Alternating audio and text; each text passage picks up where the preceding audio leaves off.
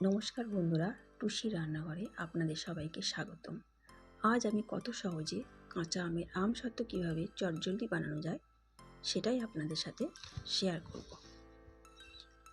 আমি এখানে 2.5 কেজি মতো আম বাজার থেকে কিনে এনেছি।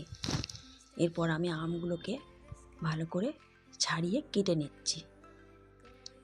কেটে নেওয়ার পর ভালো করে ধুয়ে নিয়ে আমগুলোকে আমি কড়াইয়ের মধ্যে একে একে দিয়ে নিচ্ছি। এরপর একটু জল দিয়ে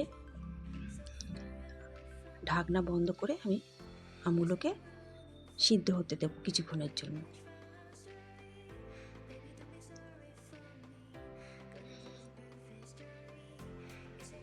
কিছুক্ষণ পরে ঢাকনা খুলে আমি আমগুলোকে ভালো করে নাড়াচাড়া দিয়ে নেব, যাতে আমগুলো ভালো করে সব দিকে সিদ্ধ হয়ে যায়।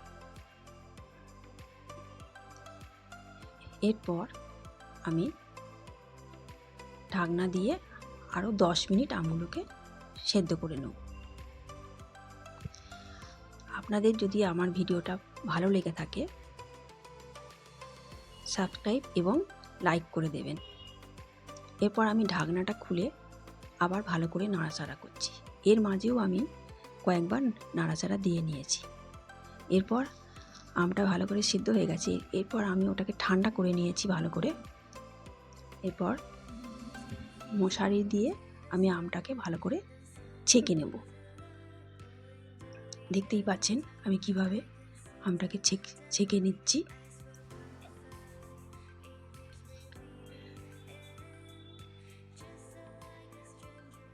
ছেঁকে নেওয়ার পর আমি আবার আমগুলোকে কড়ার মধ্যে দিয়ে ভালো করে গরম হতে দেব।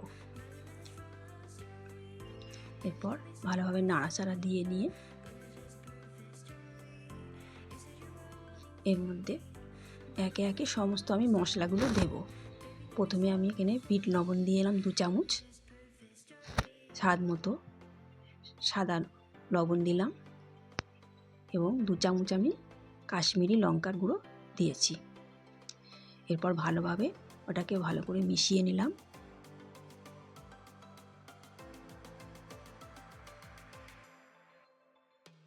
এরপর এখানে আমি 3 কাপ চিনি যোগ করলাম। 2.5 কেজি আমের জন্য আমি এখানে 3 কাপ চিনি দিয়েছি। আপনারা আপনাদের স্বাদ অনুযায়ী কম বেশি করে নিতেই পারেন। এরপর ভালোভাবে মিশ্রণটি ভালো করে মিশাতে হবে। এরপর আমি এখানে দিয়ে দিলাম জিরে ও গোলমরিচের গুঁড়ো, যাতে জিনিসটা একটু চটপটা হয়।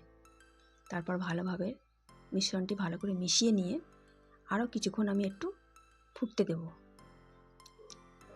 তারপর আমি এটাকে নামিয়ে নিয়ে একটু ঠান্ডা করে নিয়ে থালার মধ্যে একটু ঘি দিয়ে ভালো করে ব্রাশ করে নিলাম।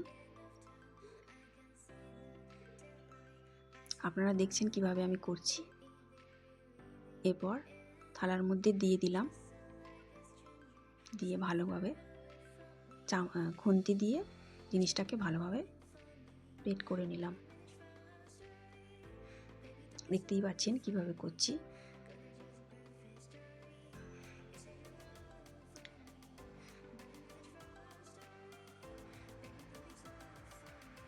এরপর আমি এটাকে 2 দিন রোদে দিয়ে ভালো করে শুকিয়ে নিয়েছি।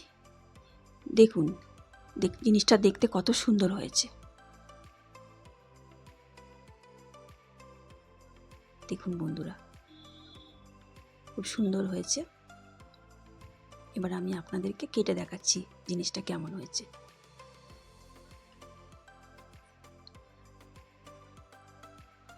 আপনারা সাবস্ক্রাইব এবং লাইক করে দেবেন। দেখুন জিনিসটা কেমন হয়েছে। দেখতেও যেমন সুন্দর হয়েছে, খেতেও তেমন সুন্দর হয়েছে। আজকের মতো বিদায় নিলাম, আবার দেখা হবে পরের দিন।